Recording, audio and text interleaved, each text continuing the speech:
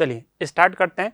अपने को paper start करना है 2025 जेईई एडवांस पेपर 1 अपन डिस्कस कर रहे हैं। क्वेश्चन नंबर 8 तक का आप सॉल्यूशन देख चुके हैं। क्वेश्चन नंबर 9 से अपन कंटिन्यू करते हैं। तो एक ट्राइंगल दे रखा है PQR, कुछ इन्फॉर्मेशन दे रखी है उसके बारे में। PQR 3 डिस्टिंक्ट पॉइंट है, XY प्लेन में है, SB inside the triangle PQR, और एक रिलेशन अपने को दे रखा है। चलिए ठीक है, तो एक ट्राइंगल में बना लेता हूँ PQR। इसके पोजीशन वेक्टर P ले लेता हूँ, ये Q है, इसका पोजीशन वेक्टर Q ले लेता हूँ, ठीक है, और ये R है, इसका पोजीशन वेक्टर R ले लेता हूँ। करेक्ट है बेटा। और एक पॉइंट इसमें दे रखा है S, तो मैं S को ओरिजिन ही ले लेता हूँ ताकि मेरी सारी कैलकुलेशन थोड़ी सी आसान हो जाएगी। आप चाहें तो कोई इन जनरल पॉइंट भी ले सकते हैं, S की जगह K भी ले सकते हैं, ठीक है। चलिए अब क्या कह रहा है, E mid point of PR, PR का मिड पॉइंट क्या है E, तो E मेरे पास कितना हो जाएगा बेटा P प्लस R अपॉन 2, और F is mid point of QR, QR का मिड पॉइंट कितना है F, तो F कितना हो जाएगा मेरे पास Q plus R upon 2। Correct है। चलिए और क्या इन्फॉर्मेशन दे रखी है, SP SQ, तो SP SP का मतलब कितना हो जाएगा P माइनस 0,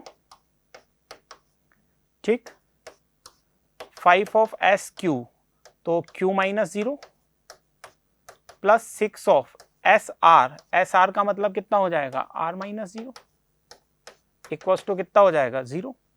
तो यहाँ से मेरे पास P आ गया बेटा, 5Q आ गया प्लस 6R आ गया, एक रिलेशन आ गया जिसका इस्तेमाल मैं कर लूँगा, ठीक है। अब मुझे क्या निकालना है, देखिए दो लाइन सेगमेंट निकालना है, एक EF निकालना है और एक ES निकालना है। इसका मतलब मुझे फाइनली चाह रहा है, क्या चाहिए बेटा, मुझे फाइनली चाहिए मैग्नीट्यूड ऑफ EF, ऐसे मैं बोल सकता हूँ, तो अपॉन डिस्टेंस का मतलब मैग्नीट्यूड ऑफ ES मुझे चाहिए। ये दो मैग्नीट्यूड मुझे निकालने हैं। चलिए ठीक है, निकालने की कोशिश करते हैं। चलिए तो अब कैसे मैं निकालूं EF, तो EF तो बेटा सीधा सा है, EF तो मेरे पास कितना हो जाएगा, अगर मुझे EF चाहिए तो position vector of F, position vector of F कितना है P plus R upon 2 minus position vector of F Q plus R upon 2, तो ये कितना हो गया मेरे पास P minus Q upon 2। Next मुझे निकालना है कितना ES, तो ES में निकालूं बेटा, तो S तो मेरा 0 है, वेरी गुड, तो 0 माइनस E मेरा कितना है, E मेरा है P plus R upon 2, P plus R upon 2।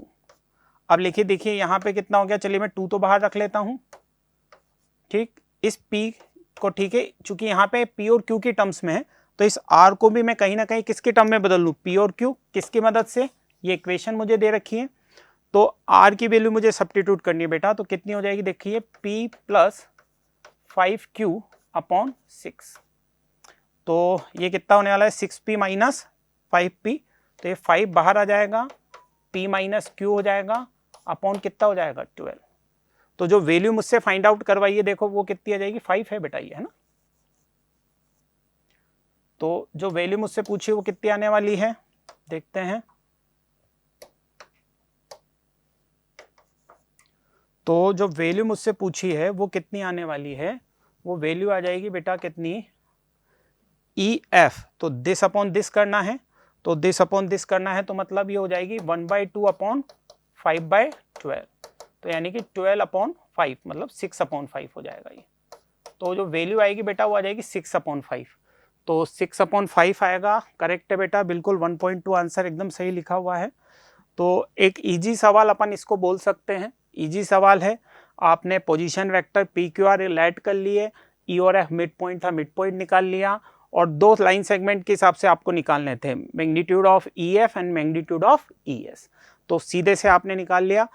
Advance के हिसाब से इजी क्वेश्चन हम इसको कहेंगे। चलें आगे बढ़ें, आप एक बार देख लीजिए फटाफट कैसे क्या किया है, वैसे तो सिंपल कैटेगरी का सवाल था।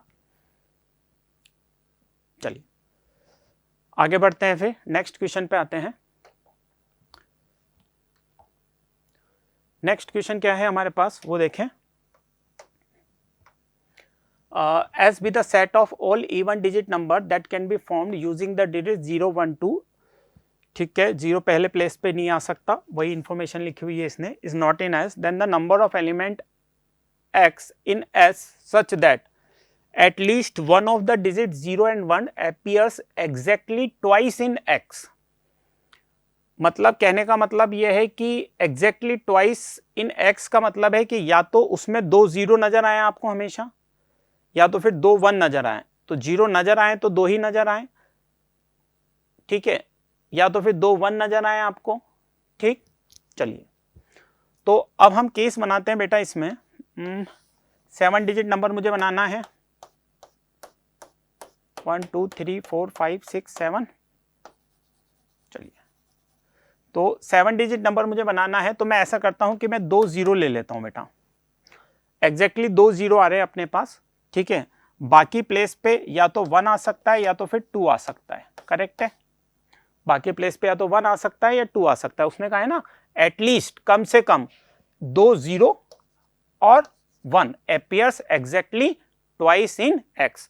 तो अब 1 ज्यादा भी आ सकता है, कम भी आ सकता है. 1 पे कोई बाउंडेशन नहीं है. बाउंडेशन मैंने किस पे रखी है? 0 पे, कि एग्जैक्टली 2 0 आ जाए. 1 पे कोई बाउंडेशन नहीं है, तो एटलीस्ट वाली कंडीशन यहां से हट जाएगी. तो ये वो केस है बेटा जिसमें 2 0 आ रहे हैं, फिर उसके बाद 1 आए 2 आए, मुझे कोई दिक्कत नहीं है. तो अगर मैं एग्जैक्टली 2 0 ले रहा हूं बेटा, तो फिर ये 0 पहले प्लेस पे तो आएगा नहीं. तो 6 C2, 6 में से 2 प्लेस पे किसी को भी रख दूं, क्योंकि यहां तो 0 आ नहीं सकता. तो 6 C2, 6 में से 2 प्लेस पे मैंने क्या रख दिया? 0. किसी भी 2 प्लेस पे आ गया, मान लीजिए यहां आ गया और यहां आ गया. अब कितने प्लेस बचे? 1 2 3 4 5, और हर प्लेस पे या तो 1 आ सकता है या 2 आ सकता है. तो देखो 1 आ सकता है, 2 आ सकता है, तो ये क्या हो गया? 2 की पावर 5 हो गया. करेक्ट है. तो 6 C2 कितना होता है अपने पास? 30 15, और ये कितना हो गया? 32. तो कितना हो जाएगा ये? 45 480, ये आ गया अपने पास. दूसरा केस क्या ले रहा हूं मैं? जब मेरे पास क्या आ जाए? 2 1 आ जाए. ठीक है, अब 2 1 आ जाए, बाकी 0 आ जाए या तो फिर 2 आ जाए. एग्जैक्टली 2 1 आ जाए. उसने कहा ना दिस और this exactly twice in x. तो मैंने एक वो केस बनाया जिसमें एग्जैक्टली 2 0 आ रहे हैं, बाकी 1 और 2 कितनी भी बार आते हैं, कोई दिक्कत नहीं है. एक वो केस बना रहा हूं जिसमें एग्जैक्टली 2 1 आ रहे हैं, उसके बाद 0 आए 2 आए, मुझे कोई दिक्कत नहीं. लेकिन यहां थोड़ा सा समझे बेटा. अब इसमें दिक्कत यह है कि ये 1 पहले प्लेस पे 0 तो आ नहीं सकता आपको, तो इसमें थोड़े से 2 केस बनाने पड़ेंगे अपने को. एक केस तो वो मैं बता रहा हूं कि जब पहले प्लेस पे कितना है? 1. तो अब आप समझो कि अगर 1 यहां पे पहले प्लेस पे आ गया, तो इन बचे हुए जो 6 प्लेस है, इनमें से 6 में से एक प्लेस पे 1 आएगा. यस और नो? देखिए एक बार, इनमें से 6 प्लेस पे एक पे 1 आएगा. ठीक है, अब 6 में से एक प्लेस पे 1 आ गया, तो बचे हुए जो 5 प्लेस है उनको भरने के लिए कितना हो जाएगा? 2 की पावर 5.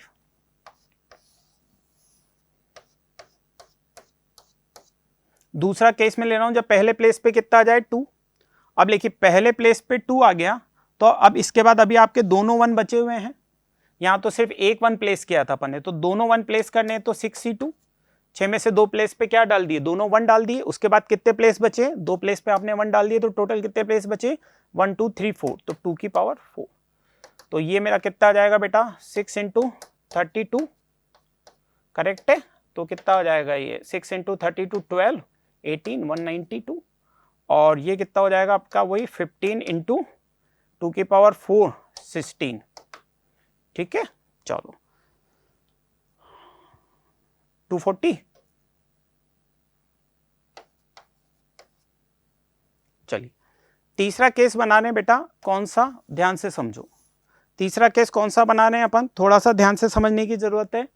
क्या ध्यान से समझने की जरूरत है भाई? देखिए जिसमें ये 2 0 आए, तो 1 कितनी भी बार हो सकता है. तो ऐसा भी हो सकता है कि इसमें वो वाली काउंटिंग भी आ रही हो जब 1 कितनी बार आ गया हूं. 2 भाई इसमें हो सकता है 1 2 बार आ रहा हो सकता है 1 3 बार आ रहा हो सकता है 1 4 बार आ रहा हो, है ना. वो सारे केस इसमें आएंगे. ठीक है, लेकिन अपने को दिक्कत क्या है इसमें? अब इसमें 2 0 के साथ वो केस भी आ सकते हैं जब 2 बार क्या आ रहा हो? 1. और इसमें 2 1 के साथ वो केस भी आ सकते हैं जिसमें 2 बार क्या आ रहा हो? 0. मतलब 2 टाइम्स 0 2 टाइम 1 वाला जो केस है वो इसमें भी कंसीडर हो रहा है और इसमें भी कंसीडर हो रहा है। तो वो केस हमें क्या करना पड़ेगा, क्योंकि 2 बार कंसीडर हो गया तो एक बार हमें रिमूव करना पड़ेगा। तो अब के बाद 2 0 है मेरे पास और 2 1 है। तो अब 2 0 2 1 है तो मेरे ख्याल से बचे हुए 3 प्लेस पे 3 2 ही आएंगे। तो अगर इस केस की बात करूं तो पहले इसको छोड़ दे तो 6 में से 2 प्लेस ले लूं बेटा, 6 में से 2 प्लेस पे दोनों 0 में सेटल कर दूं, 6 से 2, 6 में से 2 प्लेस पे 2 0 सेटल कर दिए मैंने। अब बचे कितने प्लेस, 5, तो factorial 5 upon factorial 2 factorial 3। Simplify कर लेंगे, इसको कितना आ रहा है 150 आ रहा है, वेरी गुड। तो ये कितना आ गया 150 आ गया अपने पास। अब जो टोटल अपने पास केसेस होंगे, टोटल केसेस हो जाएंगे अपने पास, एक तो 480 अपना पहले केस में आया और अपना ये ऐड कर लूँ ना मैं, कितना आ रहा है ये 2 हो गया, 3 हो गया और 432 हो गया। 432 अपना ये आ रहा है और 150 ये आ रहा है। सब्ट्रैक्ट कर लो, 762 आ रहा है, करेक्ट है, बिल्कुल 762 आ जाएगा। तो एक बार और मैं थोड़ा सा ब्रीफ कर देता हूँ। सवाल में बेसिकली अपन ने क्या किया है बेटा कि भाई इसने कहा है कि at least one of the digit 0 and 1 appears exactly twice. तो एग्जैक्टली ट्वाइस का मतलब क्या है कि दोनों में से एक डिजिट एग्जैक्टली 2 बार आए। तो एक बार अपन ने 0 को एग्जैक्टली 2 टाइम्स ले लिया और एक बार 1 को एग्जैक्टली 2 टाइम्स ले लिया। लेकिन फॉल्ट क्या हुआ इसमें, जब 0 को अपन ने एग्जैक्टली 2 टाइम्स लिया, then 1 is also coming exactly 2 times and in this case 0 is also coming exactly 2 times। तो वो जो केस था जिसमें exactly 2 0 और exactly 2 1 है, इस केस को हमने क्या कर दिया, एक बार कम कर दिया। देख लीजिए आप, फिर नेक्स्ट क्वेश्चन पे आगे बढ़ेंगे अपन।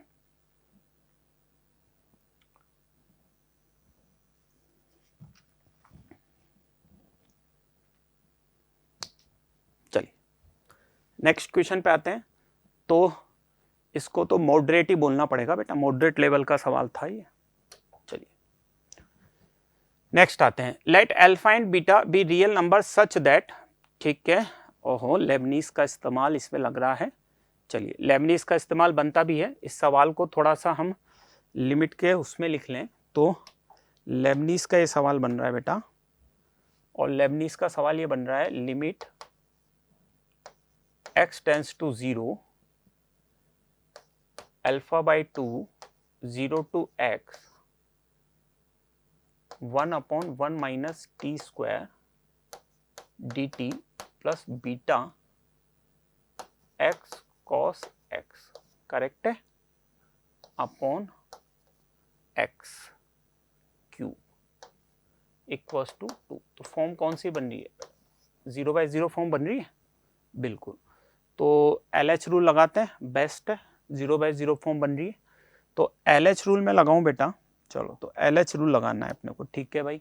तो LH रूल लगाते हैं बेटा। तो लिमिट x टेंड्स टू 0, ऊपर वाले का डिफरेंशिएशन करेंगे तो अल्फा बाई 2। अब देखिए ऊपर वाले का जो डिफरेंशिएशन होगा बेटा वो लेबनीज से होगा ना, तो लेबनीज से इसका डिफरेंशिएशन कितना होगा, x अपन पुट कर देंगे 1 माइनस एक्स स्क्वायर, करेक्ट है, ठीक। अब इसका कितना हो जाएगा, बीटा x का 1 cos x minus beta x cos x का कितना हो जाएगा sin x, अपॉन नीचे कितना आ जाएगा मेरा 3x स्क्वायर इक्वल्स टू कितना हो रहा है 2। अब देखिए अगर मैं वापस x की वैल्यू 0 पुट करूं तो देखो मेरे पास कितना आएगा, अगर मैं वापस x की वैल्यू 0 पुट करूं तो ये आ जाएगा alpha by 2 cos 0 1 plus beta plus 0 upon 0।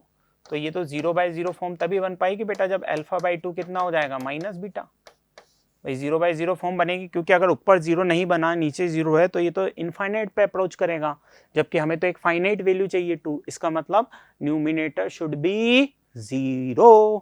चलो तो न्यूमिनेटर शुड बी 0, तो अल्फा बाई 2 माइनस बीटा आ गया अपने पास। चलिए ठीक है, तो एक बार 0 बाई 0 फॉर्म भी बनी तो एक बार और LH रूल लगा देता हूँ बेटा, ठीक है। तो एक बार और LH रूल लगाऊं मैं तो फिर देखो क्या कहानी बन रही है, एक बार और LH रूल लगाता हूं तो मैं माइनस बीटा तो यही 1 बाई एक्स स्क्वायर का माइनस 1 बाई एक्स स्क्वायर और इसका कितना आ जाएगा माइनस 2x, करेक्ट है, माइनस बीटा कॉस एक्स का sine x minus beta x का 1 sine x minus beta x sine x का कॉस एक्स अपॉन कितना आ जाएगा बेटा 6x इक्वल्स टू कितना हो गया 2।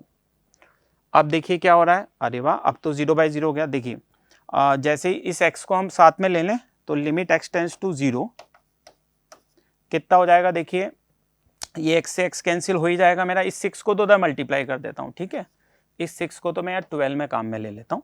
अब इस x को देखो एडजस्ट करता हूँ मैं, तो ये हो गया बेटा मेरा माइनस बीटा, ये x से x कैंसिल हो जाएगा तो 2/1 माइनस एक्स स्क्वायर का होल स्क्वायर, करेक्ट है। ये minus beta sine x upon x, correct है। तो ये 2 बीटा ही कर देता हूँ, sine x upon x minus beta x से डिवाइड करता हूँ तो ये कितना हो जाएगा कॉस एक्स इक्वल्स टू कितना हो गया 12। तो x टेंस टू 0 पे माइनस ये 2 beta minus 2 beta minus beta equals to कितना आ गया 12। तो देखिए बीटा कितना आ गया मेरे पास, बीटा आ गया मेरे पास माइनस के 12/5। तो यहाँ से मेरे पास अल्फा कितना आ जाएगा, माइनस 2 बीटा है तो माइनस के 24/5। और फाइनली वैल्यू किसकी निकालनी है बेटा, अल्फा प्लस बीटा। तो अल्फा प्लस बीटा की वैल्यू क्या आ रही है देखें, 24/5 माइनस 12/5 इक्वल्स टू 12/5। तो 2.4 करेक्ट है, वेरी गुड, 2.4 आ रहा है बेटा। देखिए एक और बार मैं फटाफट ब्रीफ करता हूँ, बिल्कुल सीधा सा सवाल था। ये इंटीग्रेशन देखते आपके दिमाग में लेबनीज की थॉट आती है, 0/0 फॉर्म बन रही थी क्योंकि x टेंड्स टू 0 पे दोनों लिमिट 0 हो जाएगी, then this is 0 and 0/0 form. 0/0 form जैसे दिमाग में आती है पहला क्या आता है LH रूल। तो LH रूल मैंने लगा दिया, LH रूल लगाते ही फिर मैंने अगेन पुट की 0, तो मुझे लगा 0/0 फॉर्म तभी बन पाएगी जब α/2 प्लस बीटा 0 होगा। तो α/2 की वैल्यू माइनस बीटा आ गई। एक बार और LH रूल लगाया मैंने और 2-3 स्टैंडर्ड फॉर्म बन गई और फटाफट मेरी बीटा की वैल्यू निकल के आ गई माइनस के 12/5। बीटा मैंने इसमें रखा, अल्फा आ गया और अल्फा बीटा दोनों आ गया। चलिए सीधा सा सवाल था, देख लीजिए आप, फिर आगे बढ़ते हैं नेक्स्ट क्वेश्चन पे।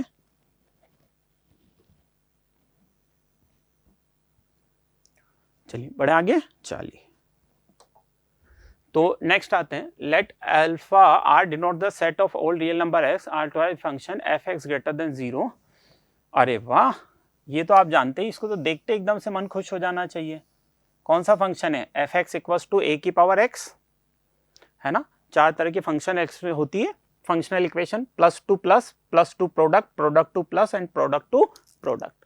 याद कराते हैं आप लोगों को अच्छे से। तो अब इसके हिसाब से इस फंक्शनल इक्वेशन को सेटिस्फाई करने वाला फंक्शन ए की पावर एक्स। अगर किसी को नहीं भी याद रहते ना बेटा, तो आप इस तरह याद रख सकते हैं कि जैसे ए की पावर एक्स प्लस वाई कितना होता है, ए की पावर एक्स इंटू ए की पावर वाई।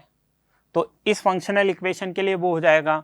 और जैसे एक्स की पावर एन, तो एक्स वाई की पावर एन लिखा हुआ है, तो वो एक्स की पावर एन इंटू वाई की पावर एन होता है, तो वो उसके लिए हो जाएगा बेटा f of x y equals to f x into f y. तो इस तरह आप थोड़ा सा फंक्शन को दिमाग में रख सकते हैं कि किसको सेटिस्फाई करने वाला कौन सा होगा, तीनों चारों के लिए आप याद रख सकते हैं। तो एफ एक्स इक्वल्स टू कितना हो गया, ए की पावर एक्स, है ना। चलिए तो ये तो हो गया। अच्छा अब एफ ए की पावर एक्स है, तो ए निकालने के लिए कोई इन्फॉर्मेशन वो देता है, करेक्ट है, यहाँ कुछ दे रखा है, ठीक है, एक इन्फॉर्मेशन ये दे रखी है बेटा, where A1 A2 A3 are in AP, ठीक है, कोई बात नहीं, हो जाएगा। तो F31 है ना, तो F31 का मतलब कितना हो गया, F x की जगह 31 लिखना है, तो मतलब A की power A31 equals to 64 A की पावर A25, ठीक है। तो इसका मतलब क्या हो गया, नहीं मैं इसको वैसे ही कम में ले लेता हूं, ठीक है। चलिए तो अब मैं देखता हूं, मेरा क्वेश्चन यहाँ पे है, ए की पावर 31 का मतलब कितना हो जाएगा, A1 plus 30D equals to 64 into A की पावर A1 प्लस 24D, ठीक है। तो ये कितना हो गया बेटा, देखो ए की पावर A1 ए की पावर 30D इक्वल्स टू 64, ठीक है, ए की पावर A1 और ए की पावर कितना हो गया बेटा 24D। ये कैंसिल आपका, ये पावर इधर आ जाएगी तो a की पावर 6d हो जाएगा बेटा, और ये 2 की पावर कितना हो जाएगा 6। तो a जो था मेरे पास, a कितना आ गया, a आ गया बेटा मेरे पास 2 की पावर 1/d, ये a आ गया मेरा। तो फाइनली जो मेरे पास fx आया, इस सारे काम को करने से जो मेरा fx फाइनली निकल के आया, ये fx कितना आ गया बेटा, ये आ गया मेरे पास 2 की पावर a की पावर x है तो 2 की पावर x/d, ये मेरा fx निकल के आया। ये जो मेहनत की थी ना अपन ने, वो इसको निकालने के लिए की थी। क्लियर है? f of x equals to a की पावर x फंक्शन आ गया था मेरे पास। देन अपन ने a की पावर a31 31 है term of AP, 25th term of AP, law of indexes का यूज किया मैंने। तो लॉ ऑफ इंडेक्सेस के यूज से मेरे पास फाइनली जो a आया वो कितना आ गया, a इक्वल्स टू आ गया 2 की पावर 1/d। ठीक, तो फाइनली fx मैंने निकाल लिया। अब आगे चलते हैं भाई। अब हमें एक इंफॉर्मेशन गिवन है और एक इंफॉर्मेशन फाइंड आउट करनी है। तो जाहिर सी बात है इस इंफॉर्मेशन से कोई ना कोई वैल्यू मुझे मिलेगी और उसका हम इस सेकंड में क्या करेंगे, कुछ ना कुछ यूज करेंगे। चलो देखते हैं क्या होता है। तो summation i equals to 1 to 50 ai, इसका मतलब क्या होने वाला है, ai यहाँ पे f ऑफ ai क्या हो जाएगा भाई, f ऑफ ai का मतलब हो जाएगा 2 की power ai upon d, this is f of ai। तो 1 to 50 इस वाले इक्वेशन की बात करता हूं मैं।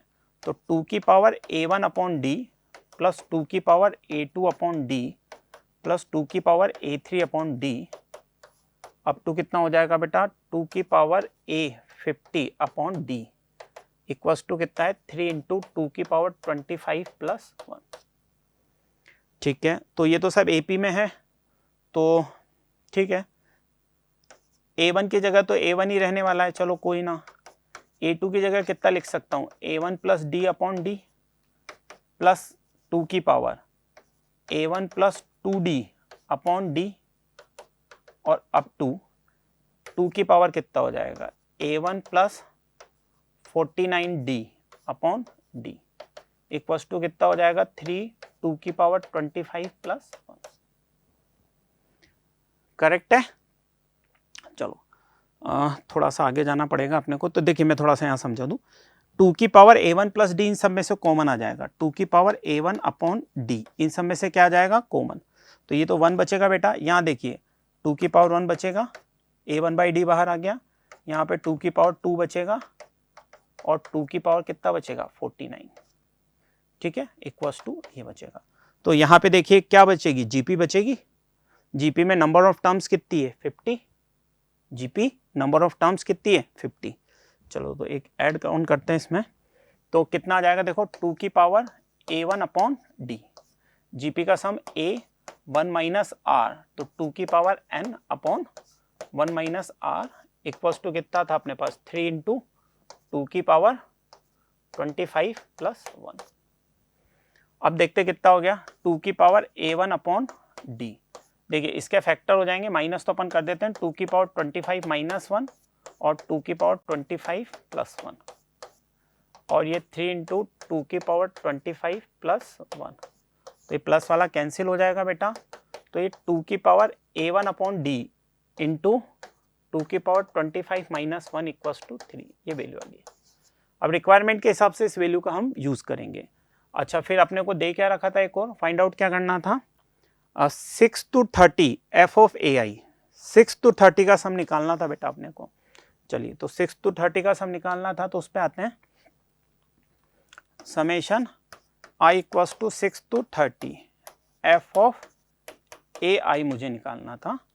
तो इसका मतलब तो हो जाएगा 2 की पावर a6 अपॉन d, 2 की power a7 upon d up to 2 की पावर a30 अपॉन d। तो 2 की power a1 plus 5d upon d, 2 की power a1 plus 6d upon d up to 2 की पावर कितना बचने वाला है भाई 30, तो a1 plus 29d upon d। तो इसमें से भी बेटा वही 2 की पावर a1 अपॉन d तो बाहर आ जाएगा, +5 भी बाहर ले लूँ कहो तो आप, +5 भी बाहर ले लेता हूँ, या चलो पहले एक स्टेप अलग लिख लेता हूँ। 2 की पावर 5, 2 की पावर 6, 2 की पावर 7 अप टू 2 की पावर कितना हो गया बेटा 29। इसमें से 2 की पावर 5 भी बाहर ले लो तो 2 की पावर a1/d में बाहर ले लूँ, है ना, और 2 की पावर 5 भी मैं बाहर ले लूँ,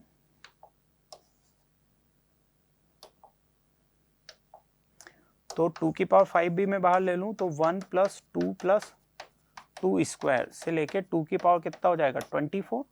नंबर ऑफ टर्म्स 25 है बेटा, तो 2 की पावर a1/d इंटू 5 ये कितना होने वाला है 2 की पावर 25 - 1/25 - 2 - 1।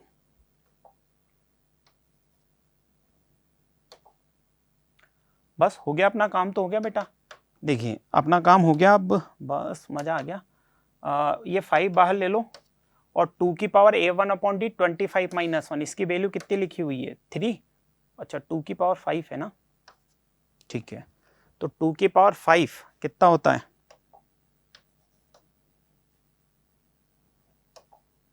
2 की पावर 5 होता है 32, तो 2 की पावर 5 की जगह कितना ले लिया 32, तो कितना हो गया 696। आंसर 96 ही था, ठीक है, आंसर कितना था 96, करेक्ट है।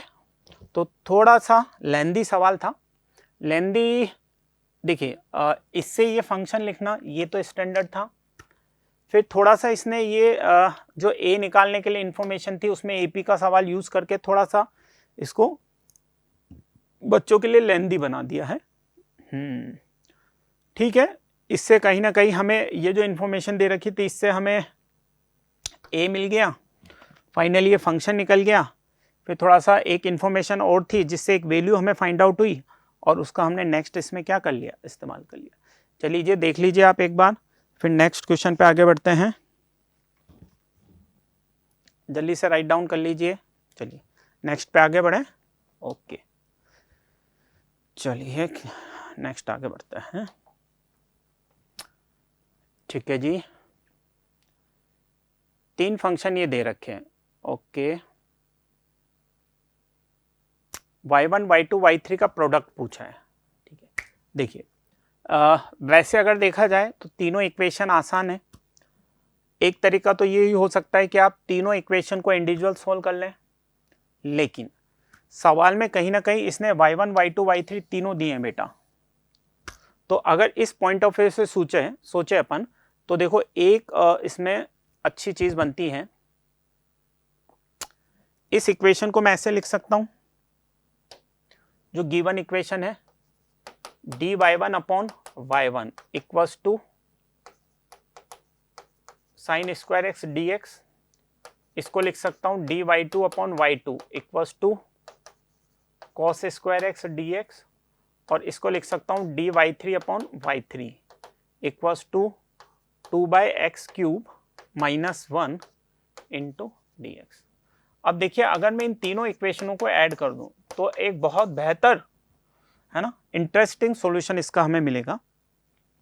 अगर मैं इन तीनों इक्वेशन को ऐड ऑन करूं बेटा तो dy1/y1 plus dy2/y2 plus dy3/y3 equals to कितना हो जाएगा, देखिए जैसे ही मैं ऐड करूंगा sign square x cos square x plus 2/x³ - 1 into dx। Sine square cos square 1 होता है तो ये 1 कैंसिल हो गया। बस अब तो आप सीधे सीधे दोनों तरफ क्या कर दें, इंटीग्रेट कर दें।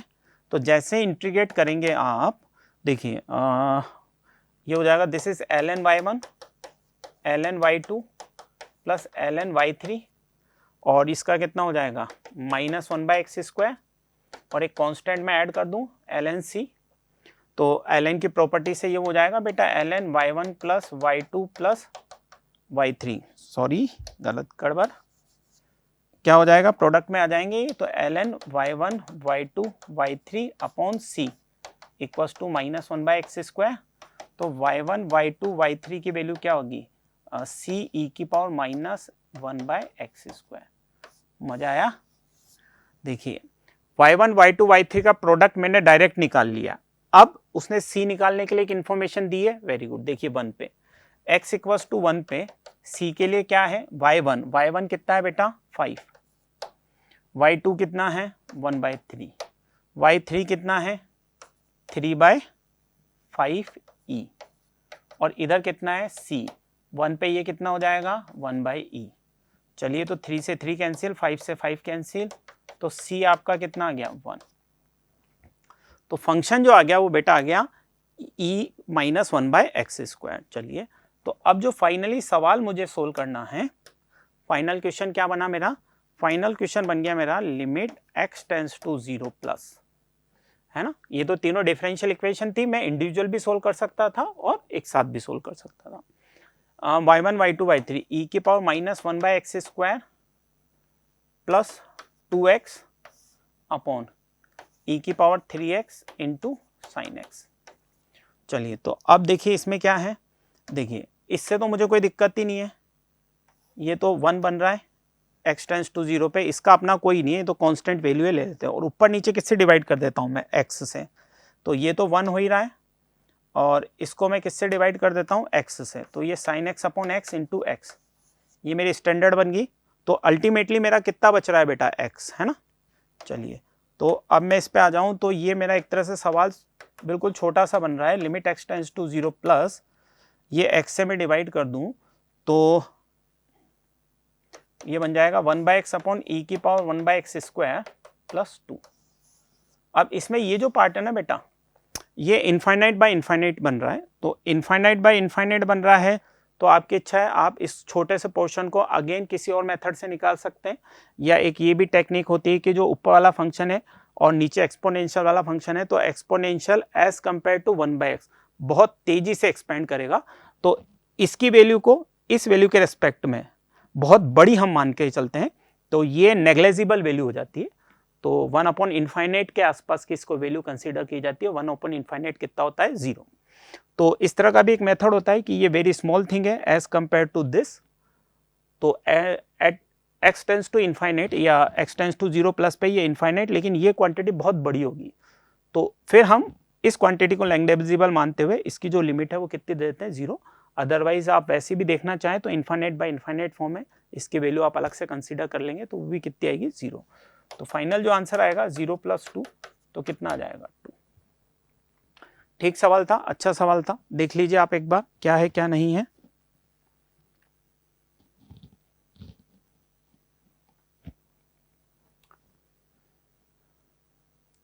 करेक्ट है, चलिए आगे बढ़े। ओके चलिए नेक्स्ट क्वेश्चन पे आते हैं। 14 सवाल है, consider the following frequency distribution. एक फ्रीक्वेंसी डिस्ट्रीब्यूशन अपने को दिया हुआ है 4, 5, 8, 9, 12, 11, ठीक है। फ्रीक्वेंसीज भी दी हुई है और कई सारी इंफॉर्मेशन है। सम ऑफ फ्रीक्वेंसी दिया हुआ है 19।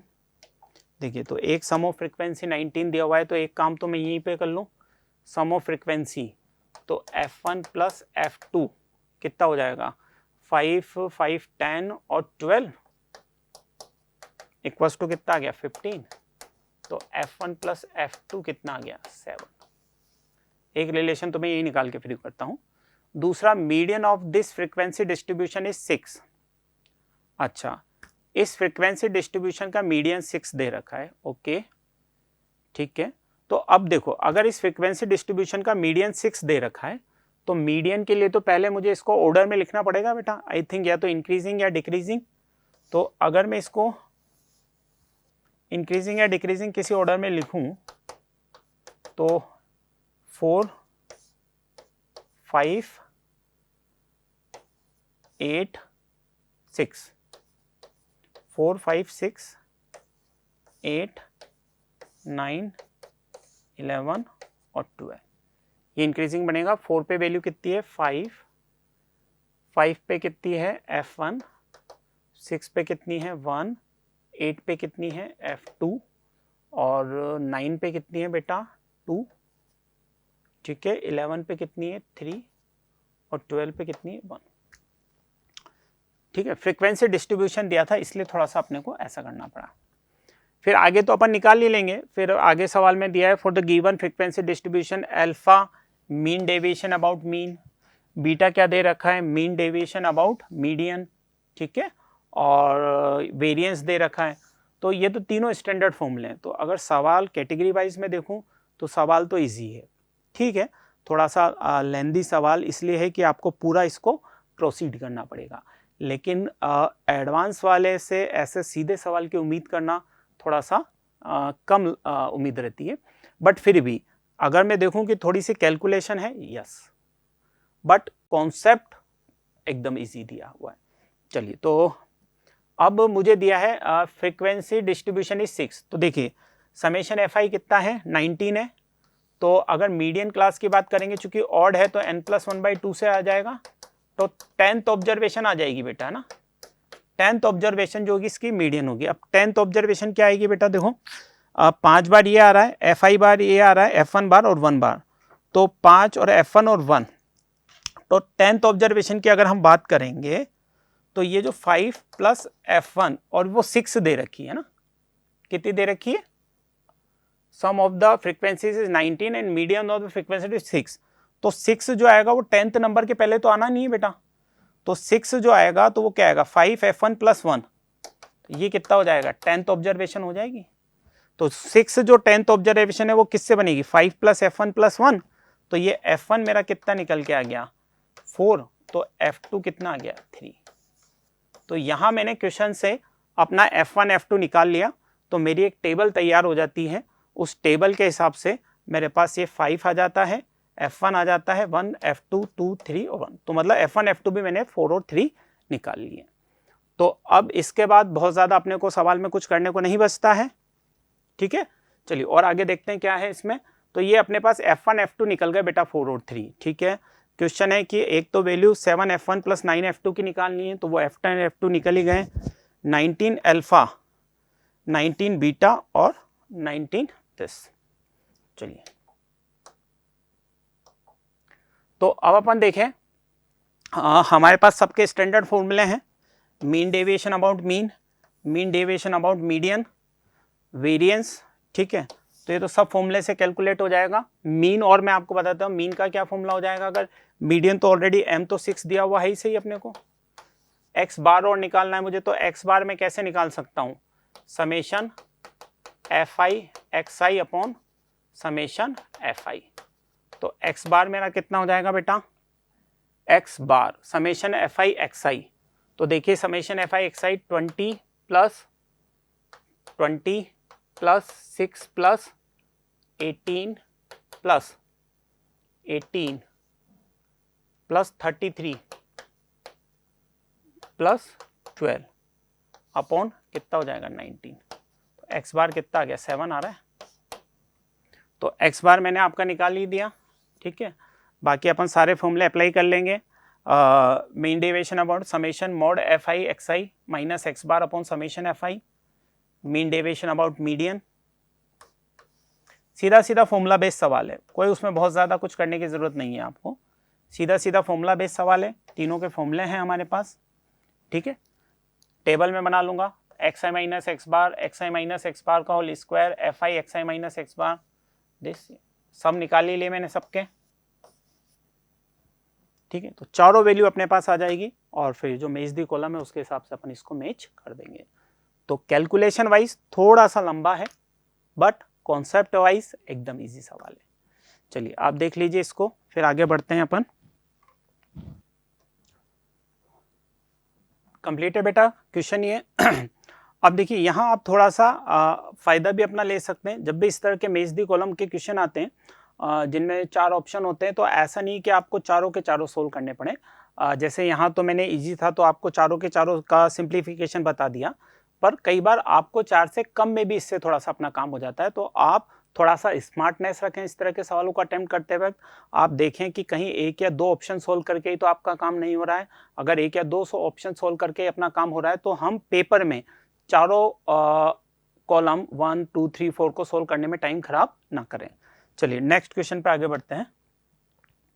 क्वेश्चन नंबर 12, ठीक है। रियल नंबर है, 4 इन्फॉर्मेशन हमें दे रखी है। अब देखिए जैसे यहाँ हम बात करें तो इस सवाल में जैसे पिछले सवाल में तो कहीं ना कहीं आपस में चीज़ें रिलेट थी तो मैं सोल्व कर रहा था, लेकिन अब इस सवाल में तो मुझे 4 अलग अलग सवाल सोल्व करने, P, Q, आर और एस, पी और क्यू का आपस में कोई रिलेशन नहीं है, क्यू और आर का आपस में कोई रिलेशन नहीं है, तो मुझे 4 इंडिविजुअल सवाल सोल्व करने हैं। चलिए कोई ना, मैं करता हूँ 1 बाय 1। ठीक है, अब पहले सवाल में और 4 सवाल हैं, ठीक है, और फिर ऑप्शन मुझे दे रखे हैं, ठीक है। चलिए तो अब पहले सवाल में देखिए, फर्स्ट पार्ट में क्या दे रखा है, P the minimum value of n for which function f x is continuous in interval this. तो इसको मुझे कंटिन्यूअस करना है, ठीक है। तो इस फंक्शन को मैं देखता हूं, भाई ये ग्रेटेस्ट इंटीजर है, ऑब्वियसली ग्रेटेस्ट इंटीजर अपनी कांस्टेंट वैल्यू लेगा। तो पहले मैं इस सवाल को थोड़ा सा सिंप्लीफाई करता हूं, तो इस अंदर वाले फंक्शन को एक टाइम के लिए पी एक्स समझ लेता हूं बेटा। तो अगर इसको मैं पी एक्स समझूं तो इसकी वैल्यू क्या आती है, देखिए पी डैश एक्स में निकालूं, है ना। तो अगर इसके बारे में थोड़ी सी मैं इंफॉर्मेशन लेने की कोशिश करूं, वैसे तो हाँ वैल्यू देखनी पड़ेगी, भाई मुझे आइडिया लेना पड़ेगा कि ये अंदर वाली क्वांटिटी कहाँ से कहाँ तक जा रही है ना, रेंज ऑफ इनसाइड क्वांटिटी। क्योंकि ग्रेटेस्ट इंटीजर अपनी डेफिनेशन कब चेंज करता है, जब term inside greatest integer becomes integer. तो मुझे ये देखना पड़ेगा कौन कौन से इंटीजर इसकी रेंज में आ रहे हैं। तो कहीं ना कहीं अंदर जो क्यूबिक पॉलिनोमियल लिखा हुआ है उसकी मैं क्या निकालना चाहता हूँ, रेंज। देखिए पी डैश एक्स, तो पी डैश एक्स कितना हो जाएगा, 30x square minus 90x plus 60 upon n, ठीक है। चलिए तो n तो बहरहाल कांस्टेंट है, ठीक है, मिनिमम वैल्यू ऑफ n, तो वेरिएबल यहाँ x है तो n कांस्टेंट है, तो 30n में बाहर ले लेता हूँ, तो अंदर आ गया x square minus 3x plus 2, तो ये आ गया बेटा 30 अपॉन n, x माइनस 1 और x माइनस 2। तो अगर मैं इसको देखूं 1 2 प्लस माइनस प्लस, तो 1 से 2 में क्या है, डिक्रीजिंग फंक्शन है ये, वेरी गुड। तो इसका मतलब मिनिमम पे मैक्सिमम और मैक्सिमम पे मिनिमम वैल्यू लेगा। तो अगर हम वैल्यू वाइज बात करें तो एक तो मैं वैल्यू निकाल लेता हूं इसकी 1 पे, ठीक है, ये पी एक्स है मेरा, तो P1 निकालता हूं देखो, और P2 निकालता हूं मैं। तो P1 कितना होगा बेटा मेरे पास, 10 minus 45 plus 60 plus 35 upon n। तो ये कितना हो गया भाई, 15 50 60 बाय n, ठीक। और P2 में निकालू तो कितना हो जाएगा बेटा, 80 और 180 90 180, ठीक है, और 120, ठीक है, और 35, तो 100 150, तो 55 अपॉन n हो गया। अब देखिए ये कह रहा है कि ये फंक्शन जो है वो कंटिन्यूअस होना चाहिए। अब इसकी जो रेंज जा रही है बेटा, एफ एक्स की रेंज कहाँ से कहाँ तक जा रही है, तो अगर मैं इसकी रेंज वाइज बात करूंगा तो ये फंक्शन की जो रेंज जाएगी वो कहाँ से कहाँ तक जाएगी,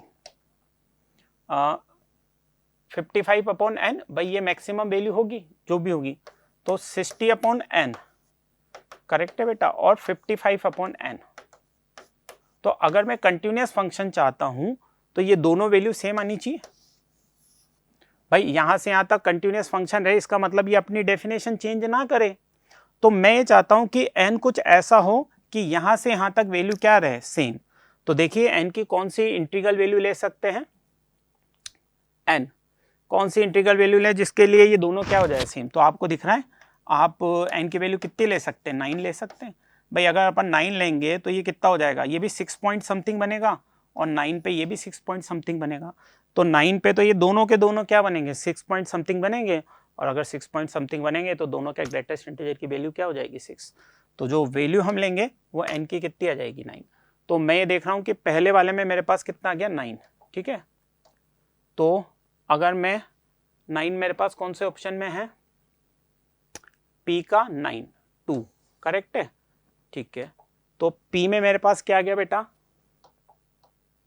9 2 में था, है ना, तो P में 2 आ रहा है। तो P में 2 देखो, एक तो इसमें आ रहा है, एक P में 2 इसमें आ रहा है। चलिए Q और सोल्व करता हूं मैं, क्या आता है देखा, ठीक है। चलो तो Q और सोल्व करूं मैं, Q पे आता हूं। The minimum value of n for which gx equals to this is an increasing function. तो g डैश x निकाल लें इंक्रीजिंग डिक्रीजिंग के लिए, तो ये तो कांस्टेंट है, इसको तो छोड़ें, तो ये कितना हो जाएगा, 3x square plus 3 greater than equal 0 for every x belongs to r। अगर ये फंक्शन क्या है, इंक्रीजिंग, तो ये तो हमेशा पॉजिटिव रहेगा ही रहेगा, तो इसको भी पॉजिटिव होना पड़ेगा। तो 2n square minus 13n minus 15 greater than equal है 0। तो कितने फैक्टर हो जाएंगे, 2n माइनस 15 और n प्लस 1।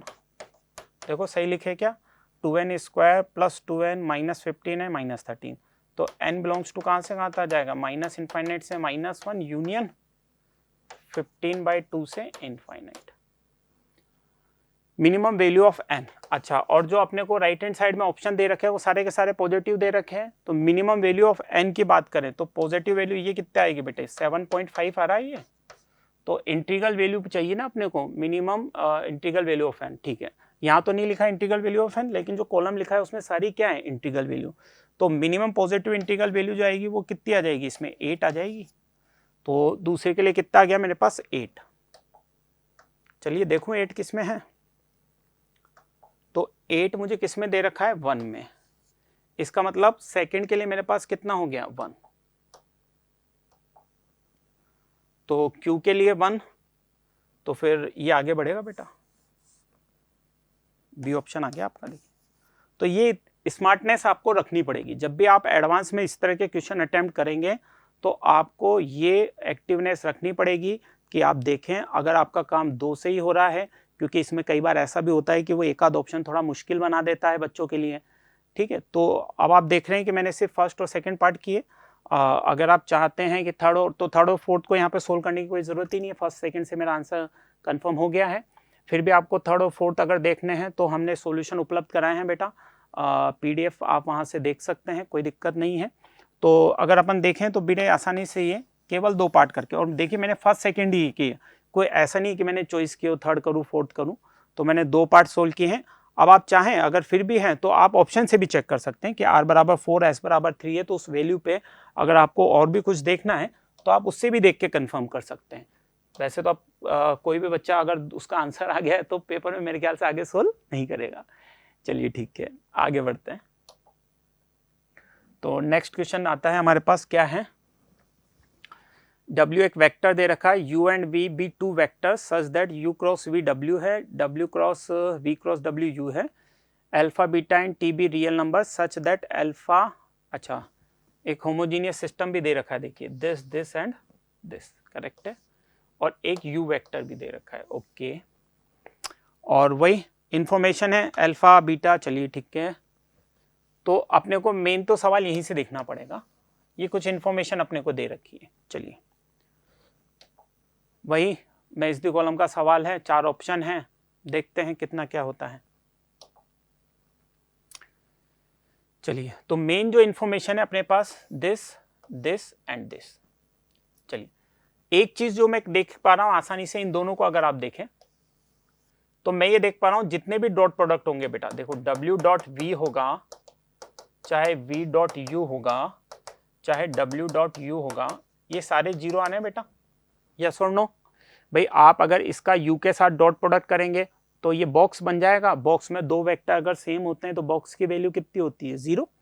तो आप U के साथ डॉट प्रोडक्ट करें, V के साथ डॉट प्रोडक्ट करें, इसका W के साथ डॉट प्रोडक्ट करें, सब क्या आ रहे हैं, 0। तो ये तीनों वेक्टर कहीं ना कहीं आपस में परपेंडिकुलर हैं और इनका डॉट प्रोडक्ट क्या है, 0 है।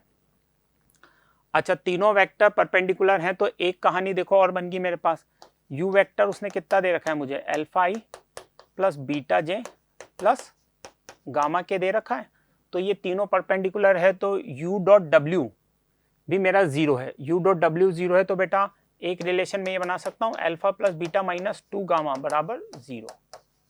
अब देखो कहानी सिर्फ इतनी सी है कि कहीं ना कहीं मुझे अल्फा बीटा गामा में कितने रिलेशन निकालने हैं, 3, ठीक है, क्योंकि 3 वेरिएबल अल्फा बीटा गामा, तो अपने को कहीं ना कहीं अल्फा बीटा गामा में कितने रिलेशन चाहिए, 3 relation between alpha beta and gamma, ठीक है।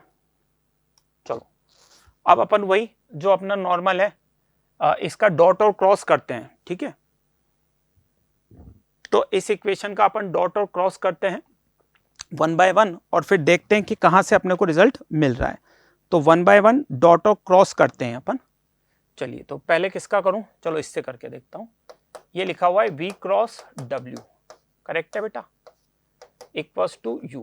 तो इसका क्रॉस प्रोडक्ट मैं V के साथ कर देता हूं, ठीक है। तो V के साथ क्रॉस प्रोडक्ट करूंगा तो देखो कितना आएगा बेटा, V डॉट W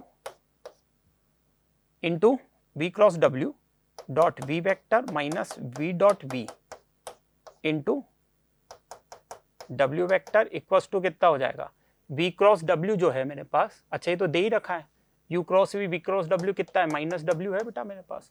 अब ये तो जीरो हो ही गया मेरे पास, ये w वेक्टर है तो कहीं ना कहीं u डॉट v जो है, v डॉट v, तो ये जो v डॉट v है मेरा ये कितना हो जाएगा, 1 हो जाएगा। तो मॉड v स्क्वायर कितना हो जाएगा, 1। तो मॉड ऑफ v मेरे पास कितना आ गया, 1। देखो एक रिलेशन तो ये आ गया v का मैग्नीट्यूड, कहीं एक ऑप्शन में भी दे रखा है ना, तो चलो एक option mod v equals to 1 दे रखा है, तो देखो एक काम तो आपका यहाँ पे खत्म ही हो गया, एक ऑप्शन तो हो गया, देख लेना उससे आंसर मिल पा रहा है या थोड़ा और आगे जाना पड़ेगा, पर मैं थोड़ा और आगे सोल्व करता हूँ इसको। तो मैग्नीट्यूड ऑफ v 1 आ गया, ठीक है। चलो और आगे देखते हैं। अब देखिए मैं क्या कर सकता हूँ, देखिए एक रिलेशन ये भी लिखा हुआ है मेरे पास, पहले मैंने इसका इस्तेमाल कर लिया था, अब इसका करता हूँ। इससे देखें अगेन, ये इसका स्क्वायर कितना हो जाएगा मेरे पास, अगर मैं u क्रॉस v के स्क्वायर की बात करूं बेटा तो ये w स्क्वायर हो जाएगा।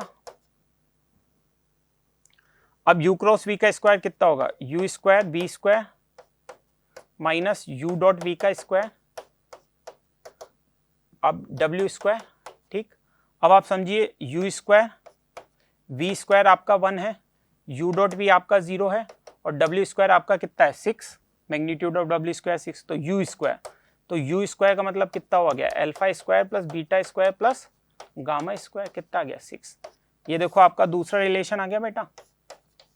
अब देखो इंटरेस्टिंग बात क्या है कि मैंने जो पहली इंफॉर्मेशन दी थी, एक रिलेशन उससे निकाल लिया, फिर दूसरा सिंप्लीफाई करके एक दूसरा रिलेशन और निकाल लिया, अभी एक रिलेशन की मेरी रिक्वायरमेंट और है। तो अब देखो उसने अल्फा बीटा गामा में एक सिस्टम दिया हुआ है पूरा, आपको देखा आपने, उसने अल्फा बीटा गामा में एक सिस्टम दिया हुआ है, आपको क्या सिस्टम दिया हुआ है एक बार देखते हैं अपन। अल्फा बीटा गामा में एक सिस्टम दिया हुआ है आपको, अच्छा माइनस टी, एक बार इसके साथ है, एक बार इसके साथ है और एक बार इसके साथ है, ठीक है। तो उसने एक सिस्टम दिया हुआ है, देखिए मैं ये कहानी तो अपन ने क्लियर करके रख दी बेटा। चलो अब मैं आता हूँ वापिस, एक सिस्टम दिया हुआ है minus T alpha plus beta plus gamma बराबर 0 और alpha minus T beta plus gamma बराबर 0 और alpha plus beta plus minus T gamma बराबर 0। कौन सा सिस्टम है, होमोजीनियस सिस्टम। अब होमोजीनियस सिस्टम है तो एटलीस्ट 1 सॉल्यूशन तो आना ही आना है इसका, 0 0 0 तो दिख ही रहा है, पर 0 0 0 तो नहीं हो पाएगा, क्योंकि 0 0 0 होगा तो फिर सब कुछ क्या होने वाला है, 0, ठीक है।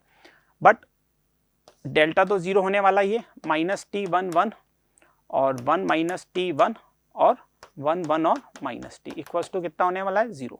सिंप्लीफाई करेंगे तो इससे टी की 2 वैल्यू आती है बेटा, -1 और टी बराबर कितना आता है, 2, 2 वैल्यू आ जाती है, टी बराबर -1 और टी इक्वल्स टू 2। अब इस पे हम सिस्टम को ऑब्जर्व करते हैं, टी इक्वल्स टू -1 और टी इक्वल्स टू 2 पे। तो अब देखिए अगर हम टी इक्वल्स टू -1 पे बात करें तो टी इक्वल्स टू -1 पे क्या कहानी हो रही है मेरी पास, टी इक्वल्स टू -1 पे सिस्टम क्या बन रहा है। अगर टी इक्वल्स टू -1 में ले लूंगा तो मेरा सिस्टम बन जाएगा alpha plus beta plus gamma बराबर 0, यस और नो। तो alpha plus beta plus gamma बराबर 0 बन जाएगा मेरा सिस्टम।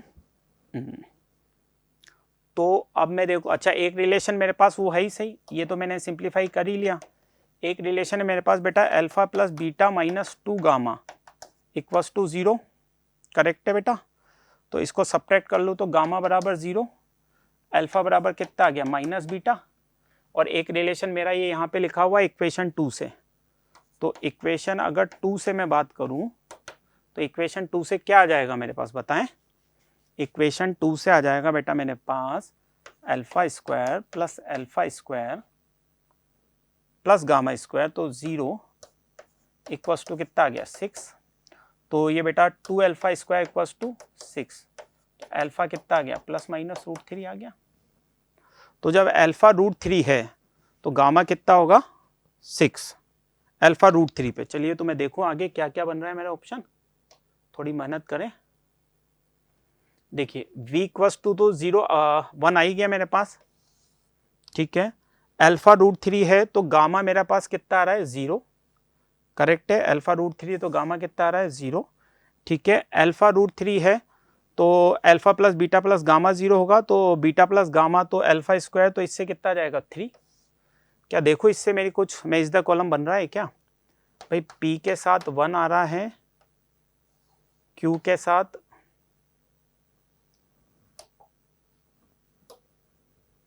P के साथ तो आया मेरा 2 है ना, और Q के साथ कितना आया बेटा 1, और R के साथ कितना आया मेरा 3।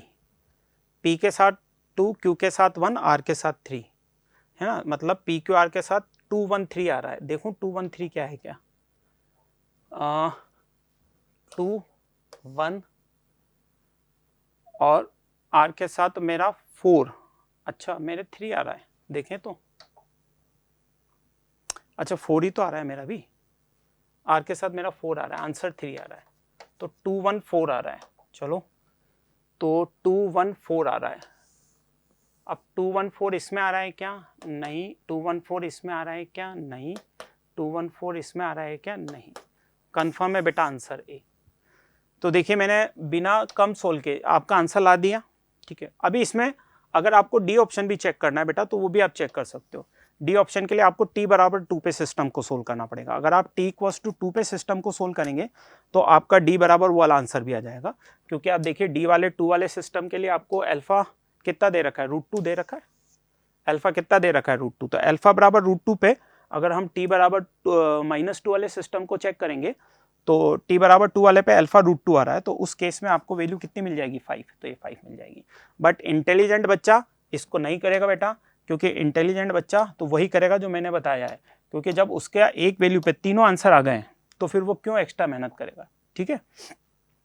तो अपन ने जो t बराबर -1 वाला केस सोल्व किया, उसी से मेरे तीनों आंसर आ गए, तो फिर अब मैं नहीं जाऊंगा, और अगर जाना है तो फिर मैं इस केस को भी सोल्व कर सकता हूँ। इससे अल्फा की वैल्यू √2 आएगी और t बराबर कितना आ जाएगा 5 आ जाएगा, ठीक है बेटा।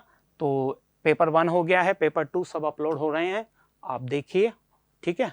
चलिए बेटा, ओके।